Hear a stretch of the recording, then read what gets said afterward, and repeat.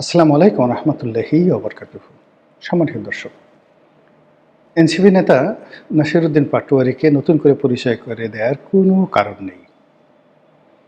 গত ১৭ মাসে তিনি বাংলাদেশের রীতিমতো কিংবদন্তিতে রূপান্তরিত হয়েছেন। আমি এই ভদ্রলোককে কখনো সামনাসামনি দেখিনি, কখনো তার সঙ্গে আমার টেলিফোনে কথা হয়নি বা অন্য কোনো মাধ্যমে তার যারা একান্ত আপনজন এরকম কারোর সঙ্গেই কথা হয়নি। তিনি কোত্থেকে এলেন, আবার কোথায় যাবেন, তিনি কি করছেন, তার সংসার কিভাবে চলছে, তার বাড়ি কোথায়, লেখাপড়া করেছেন কোথায়, কিংবা তাকে কেন ডারবি নাসির বলা হয় তাও আমি জানি না।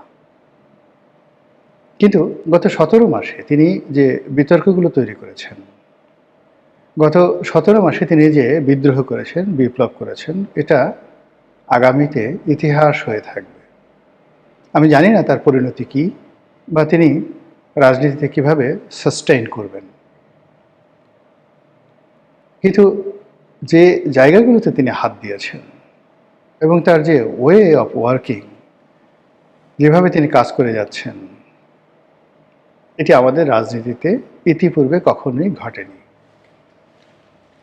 তিনি দেশের প্রধানতম যারা রাজনৈতিক দল সবাইকে গালাগাল করেছেন, বিএনপিকে গাল দিয়েছেন, জামাতকে অকথ্য ভাষায় গাল দিয়েছেন।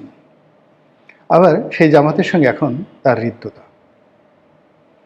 তিনি বিএনপি নেতা সালাউদ্দিন সাহেব, তারপর মির্জা আব্বাস, তাদেরকে যে ভাষায় গালাগাল করেছেন ও ভাষায় আওয়ামী লীগের লোকজনও কখনো সাহস পায়ননি বা বলেননি। সালাউদ্দিন সাহেব দীর্ঘদিন ধরে, মানে বিএনপি নেতা সালাউদ্দিন আহমেদ, তিনি দীর্ঘদিন ধরে কক্সবাজারের রাজনীতি নিয়ন্ত্রণ করেন, সেই ১৯৯১ সন থেকে। তো দীর্ঘদিন যখন এরকম একটা এলাকা যেখানে চোরাকারবারি আছে, গরু চুরি আছে, অস্ত্র চোরাকারবারি আছে, মাদক ব্যবসা আছে, চিংড়ির ঘের আছে, বেশ্যাবৃত্তি আছে, তারপর বড় বড় যে 5 স্টার হোটেলগুলো সেখানে ক্যাসিনো আছে, জুয়া আছে, মদ আছে। আর এই জিনিসগুলো তো কেন্দ্র করে একটা আন্ডারওয়ার্ল্ড আছে। আর সেই আন্ডারওয়ার্ল্ডের নেতা যদি ৯১ সন থেকে কোনো একটি ব্যক্তি এলাকার প্রধান রাজনৈতিক ব্যক্তি হন, তবে আপনি ইচ্ছে করলে তার বিরুদ্ধে সব অভিযোগ আনতে পারেন। ধীরে ধীরে ধীরে ধীরে যে এই লোক এই কাজ করে বলতে পারবেন। এর কারণ হলো তিনি তো সবারই নেতা। তো সেই অর্থে কক্সবাজারে আসলে গত ৯১ থেকে আজ অবধি কত বছর হলো? ২৫ আর ১০, ৩৫ বছর। তো গত ৩৫ বছরে সালাউদ্দিন সাহেবের মতো এত মানে পরিচিত, এত বিখ্যাত কোনো নেতা ওই অঞ্চলে আসেননি। আর এই গত ১৭ মাস ধরে তিনি শুধুমাত্র কক্সবাজার নয়, কক্সবাজারের সঙ্গে সঙ্গে পুরো পার্বত্য এলাকা, তার সঙ্গে বৃহত্তর চট্টগ্রাম, মানে ফেনী নদীর ওপার থেকে যদি আপনি ধরেন সেটা নোয়াখালী, তারপর চট্টগ্রাম, রাঙামাটি, খাগড়াছড়ি, বান্দরবন, কক্সবাজার, এই পুরো এলাকার অঘোষিত সম্রাট তিনি এখন গত ১৭ মাসে। এখানের যত ব্যবসা বাণিজ্য বলেন, যত ব্যবসায়ী বলেন, যত চোরাকারবারি বলেন, যত অলিয়া উলিয়া গাউস কুতুব বলেন, পীর মাশায়েখ বলেন, মাদ্রাসা বলেন, সালাউদ্দিন সাহেবকে সালাম না দিয়ে কেউ তার কর্মঘণ্টা শুরু করতে পারবেন না।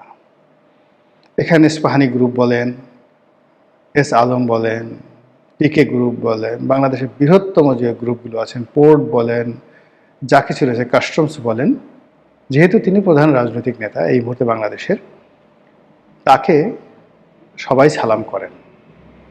এখন এই মানুষটির বিরুদ্ধে টু শব্দ করার ক্ষমতা বাংলাদেশের কারোরই ছিল না বা এখনও নেই, কেবলমাত্র নাসিরউদ্দিন পাটোয়ারি ছাড়া। তা আমি তো অবাক যে পাটোয়ারির এত সাহস হলো কী করে।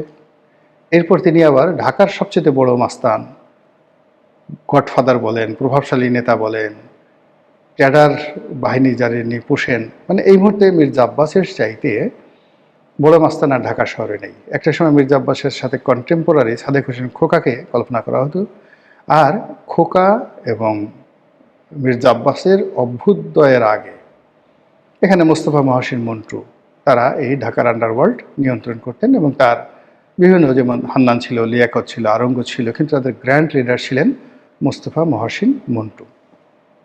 এনিওয়ে, এখন তারা কেউ নাই, মির্জা আব্বাসই এই ঢাকা শহরের হর্তাকর্তা।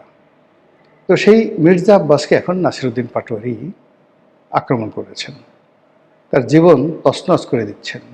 এমন কোনো কথা নেই তাকে বলা হচ্ছে না। তার বাড়ির সামনে গিয়ে স্লোগান দিচ্ছেন, বাড়ির সামনে গিয়ে মিছিল করছেন, কুক বলছেন, বিভিন্ন মানুষ যারা মির্জা আব্বাসের সমর্থক তাদেরকে টিটকারি করছেন, আর একা একা বীরের মতো ঘুরে বেড়াচ্ছেন। আমার কাছে তো ভীষণ রকম অবাক লাগে, এত অবাক লাগে যেটা বলার মতো নয়। বাপাকেও আমি নাসিরউদ্দিন পাটোয়ারির মতো এইভাবে আসলে পারবো না। যাই হোক, আমার ধারণা ছিল যে মির্জা আব্বাস বা সালাউদ্দিন সাহেব বা জামাতের আমির, জামাত এর মধ্যেই সীমাবদ্ধ থাকবেন, তিনি আর বাড়বেন না। কিন্তু হঠাৎ করে দেখলাম যে তিনি তারেক রহমান সাহেবকে নিয়েও বিতর্ক শুরু করেছেন। যেন তেন বিতর্ক নয়, টিটকারি কাকে বলে।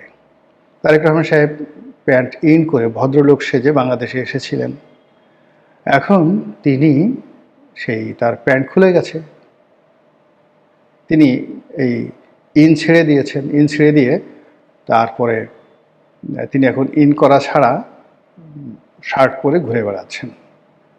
কত বড় জঘন্য কথা আপনি চিন্তা করেন। অনেক সময় মানুষ, আমরা যখন ইন করি তখন চেইন লাগানো থাকে, তারপর আমাদের যে পিছনের সাইডের যে সেলাই, প্যান্টের সেলাই, এগুলো সব টাইট থাকে। এরপর আরও অনেক কিছু, মানে আমাদের নাভির নিচ থেকে একেবারে নিতম্ব পর্যন্ত যে অংশটুকু আচ্ছাদিত থাকে, এখানে নিখুঁত অবস্থায় থাকে যখন আমরা ইন করি। আর যখন আমরা ইন খুলে ফেলি তখন আমরা রিল্যাক্স হয়ে যাই, অত সিরিয়াসনেস থাকে না। আবার অন্য যে ঘটনা হয়, কোনো কারণে আমাদের বসতে গিয়ে যদি পেছনের সেলাই খুলে যায়, আমাদের চেইনটা যদি হঠাৎ করে না লাগে, তখন আমরা সেই পরিস্থিতি সামাল দেওয়ার জন্য ইন করা বন্ধ করে সেই শার্ট আমরা বাইরে বের করে ফেলি। এখন নাসিরউদ্দিন সাহেব, মানে জনাব তারেক রহমান সাহেবের এই যে প্যান্ট ইন না করা নিয়ে যে বক্তব্য দিচ্ছেন, এটার মাঝে যা কি, এটা আমরা বলতে পারবো না। ইতিমধ্যে তাকে লন্ডনী মুফতি বলে জামাতের পক্ষ থেকে টিটকারি করা হয়েছে। সম্ভবত নাসিরউদ্দিন পাটোয়ারিও এই লন্ডন থেকে এসে তিনি কী কাজকর্ম করেছেন এগুলো নিয়ে তিনি টুকটাক কিছু কথাবার্তা বলেছেন। তো যেহেতু তিনি তারেক রহমান সাহেবকে নিয়ে কথা বলা শুরু করেছেন, আমার বিশ্বাস যে এটা তিনি থেমে থাকবেন না।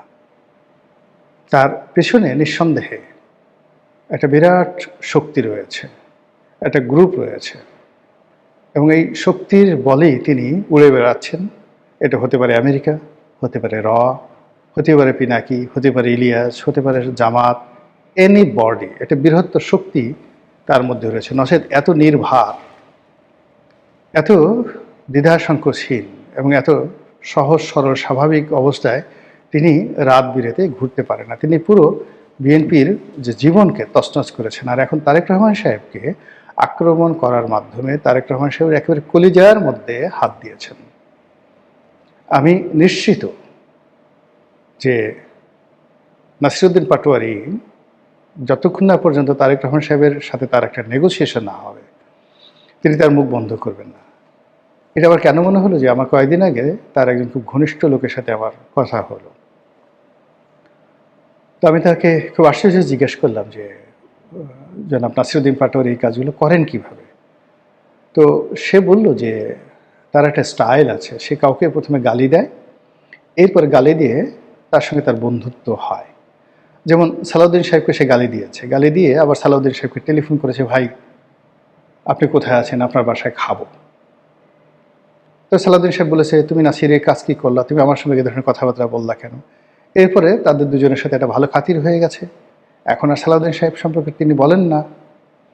মির্জা আব্বাসকে গালাগালি করে আবার বলে যে ভাই আপনি বড় মানুষ, আপনাকে গালাগালি না করলে আমি কিভাবে খাবো, আমি কিভাবে চলবো, আমার রাজনীতি আছে নাকি? আপনাকে গালাগালি করেই তো আমি এই পর্যায়ে আছি। আব্বাস সাহেব বলতে গেলে বেকুব হয়ে যান। তারপরে আব্বাস সাহেব তাকে বাসায় বিরিয়ানির দাওয়াত দেন বা মোরগ পোলাওয়ের দাওয়াত দেন। আবার তখন সেটাকে নিয়ে সে টিটকারি বলে যে আমাকে মোরগ পোলাওয়ের দাওয়াত দিছে, আমি ওই বিষ খেতে যাব না। সে এমনি যে ডেঞ্জারাস লোক, আমাকে যদি বাসার মধ্যে ঢুকিয়ে গুম করে দেয়, কুত্তে দিয়ে কামড়ায়, একথা বলে না, আমি নিজে নিজে বললাম আর কি। যেহেতু তার অনেক নামকরা জার্মান শেফার্ড কুকুর রয়েছে, খুবই হিংস্র। মানে মির্জা আব্বাসের যে কুকুর ভীষণ রকম হিংস্র, এবং ঢাকা শহরে এরকম হিংস্র জার্মান শেফার্ড নাই। তো ওটা সে টিটকারি করছে যে যদি সেই কুকুর দিয়ে কামড় দেয়, আমাকে যদি ওখানে বসে বিষ খাওয়ায়, আমাকে যদি মেরে ফেলে, আমার তো কিচ্ছু করার থাকবে না, আমি ওই ফাঁদে পা দেবো না। তো দিস ইজ হিজ স্টাইল। এটা বঙ্গবন্ধুরও ছিল। বঙ্গবন্ধু সেই 50-এর দশকে নাসিরুদ্দিন পাটোয়ারির বয়সী ছিলেন।